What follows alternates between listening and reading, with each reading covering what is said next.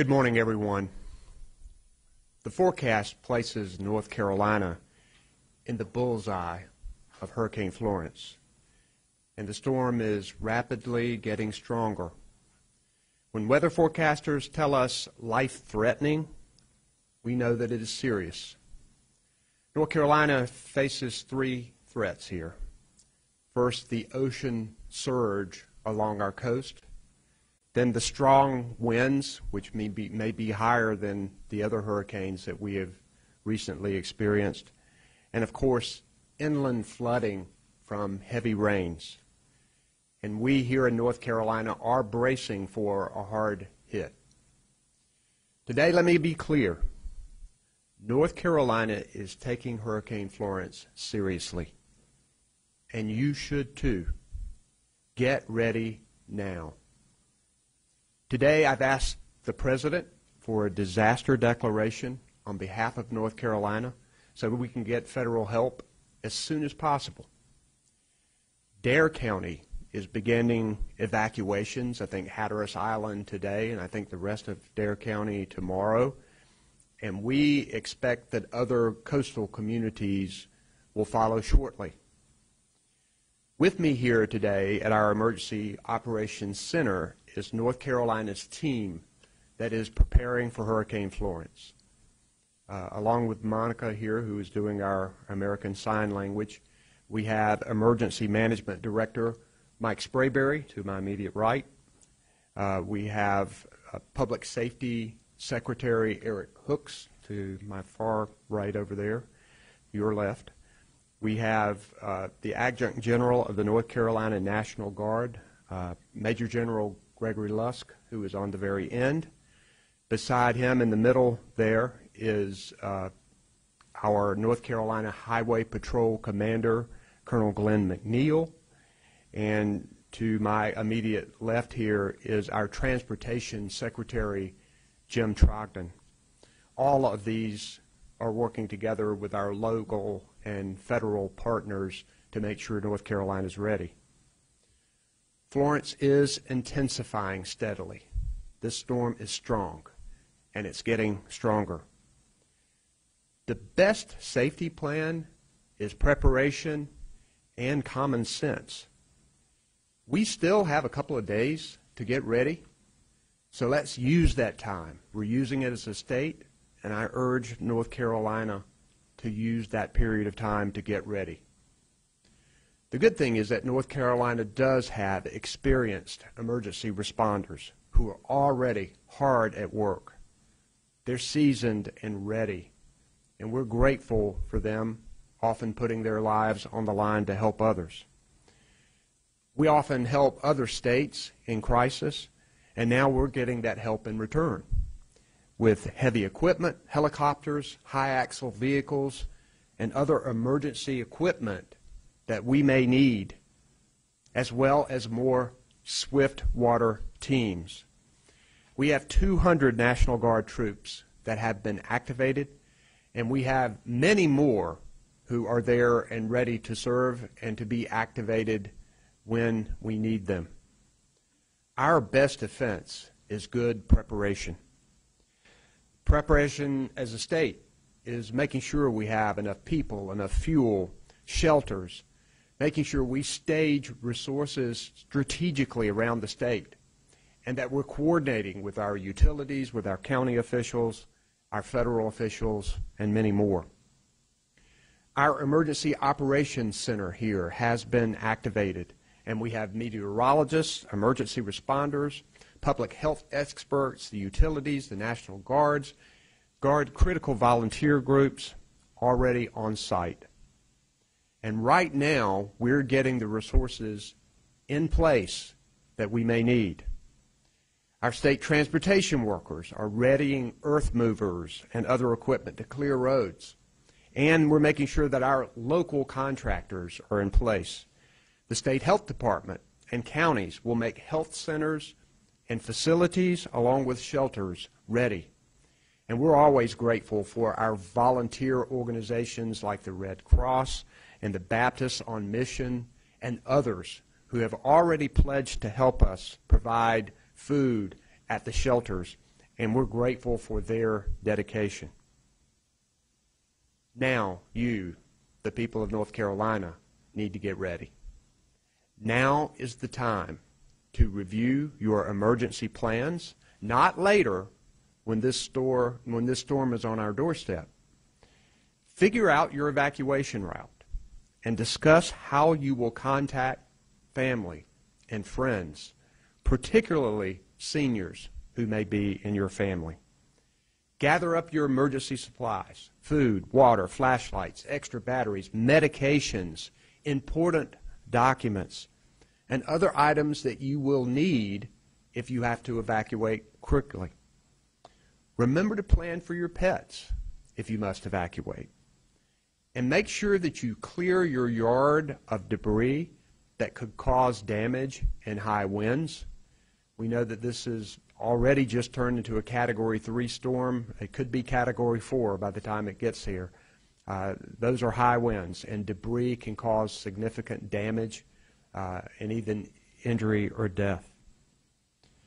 And it's also important to remember that Florence is a threat well beyond our coast. So inland counties need to be ready as well. We ask you to stay tuned to your local news and monitor your weather forecast very closely. North Carolina is no stranger to hurricanes. We are a resilient state and resilient people. Experiences like Hurricanes Matthew, Floyd, and Fran have shown us that storms and heavy wind and rain can affect the entire state. So we must all be alert and ready. Western North Carolina even should prepare for potential landslides from this storm and its rain. I've declared a state of emergency, and that loosens restrictions for trucks and heavy vehicles to get where they need to be. It also has already helped farmers harvest their crops. We've heard several farmers who were able to use this emergency order to work over the weekend harvesting crops like tobacco and corn and sweet potatoes and melon and getting livestock to safety. The state of emergency also lays the groundwork for federal help that may be needed for response and recovery. Right now I'm going to ask Emergency Management Director Mike Sprayberry if he would give us a word or two about the preparations that are being made. Mike? Thank you, Governor. Again, the state EOC is activated. We're on 24-hour activation until the end of this event. So we'll have all of our state emergency response team partners, to include state agencies, the private sector, and our volunteer organizations that are active during disasters. We've alerted or activated all of our resources. We think that this is going to be a statewide event, much like the governor was talking about. There really is a serious threat from dangerous winds, dangerous coastal storm surge, and also dangerous riverine flooding caused by high amounts of precipitation. So we have to take this storm very seriously. FEMA is already here with us. They have an incident management team with us. I spoke with Administrator Long just this morning, and we're having frequent conversations. I'm also in daily conversation with the National Hurricane Center, so we're making sure that we've got the latest information. I want to tell you also that everyone, and I do mean everyone, needs to download the Ready NC app on their smartphones. That's going to tell you stuff about evacuations, sheltering, how to build an emergency kit. Really important for everybody to download that app. And then finally, I'd just like to say, please listen to your local media and please pay attention to what your local officials are telling you. It's very important, especially when those evacuations start getting ordered and moving out to shelters. So thank you very much. So we'll take questions that you might have for any of the experts on stage or for me.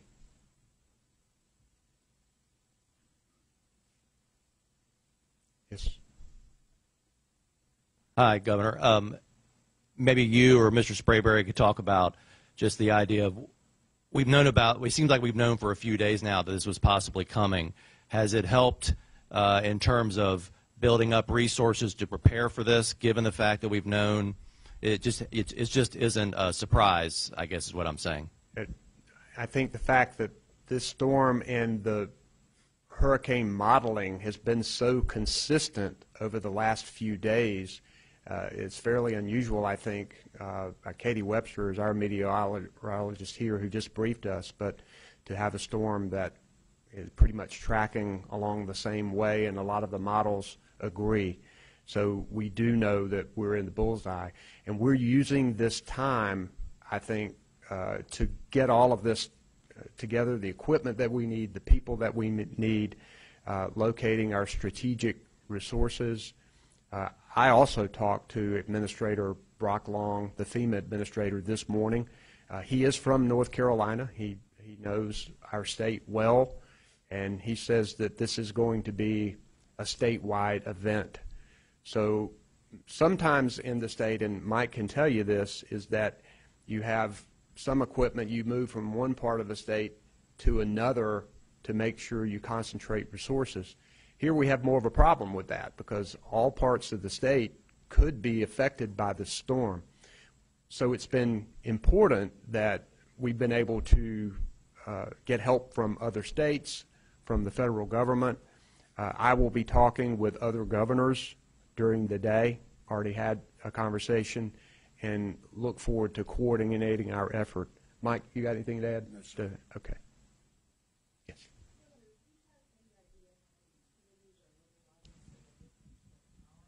As soon as possible after the storm passes. Yeah, the question is about utilities and working to restore power. Mike, I'll let you take that question. Yes, ma'am. So we know that the electric co-ops and Duke are monitoring this event very closely, as you might imagine. And just like in storms past, they'll be prepared once the storm passed to surge into the area and make the repairs and get the power restored as quickly as possible. I can tell you that over the years, I've been here since 2005, with every year they seem to get better and better at doing that. And so it's going to be a big event, but we know that they're watching it closely, and we know that they'll surge in as soon as it's safe to get there. I do think when it comes to utilities, families need to be ready, to be prepared to be without power for a while, and this is why we are urging people to have their emergency kits and to be ready for this. Yes. Yeah, I wondered if we're going to see more inland evacuations, if that's what Mr. Sprayberry was referring to, with the new LIDAR, flood mapping and all that. I wonder if we're going to be a little bit more proactive inland. The good thing with our strategic modeling is that we have a better idea when you know what the storm's path is going to be and you know the specific conditions as to what areas are most likely to flood. So local officials will have that information as they make decisions regarding whether they evacuate certain areas of our inland counties. Mike, would you want to add something to that?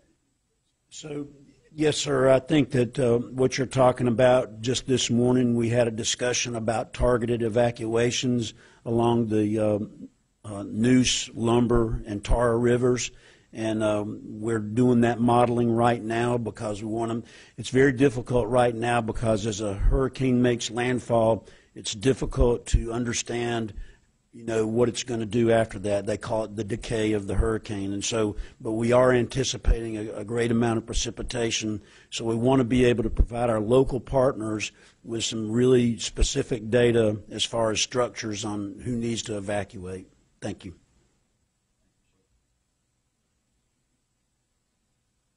I wonder, as we get going here, can you give us an idea how many people are on call or are already working? You're going to be missing time with their families. Just a ton of people, and I just wonder, how big is a ton? There's a lot of people in all these departments, but Mike, you want to take that, or Eric, one of you guys? I'm going to have to say right now it'd be thousands because you have all of your state highway patrol. You've got National Guardsmen. You've got a couple of hundred already on duty, and you got several thousand already on alert to be pulled in. We've got public health, volunteer agencies, so various stages of actually working and on alert and actually coming in. So it's, it would be hard to give you an exact number, but a good question. Thanks. Another thing to point out is most of these counties have their own emergency operations going on, so they have a lot of personnel, local personnel, that have been mobilized. And the good thing about our efforts is that we coordinate closely with our local governments, and Mike is constantly on the phone. I even talk to county commissioners and others to make sure that everyone is coordinating. Other questions anybody might have? All right, unfortunately, we will be back at some point. Thanks.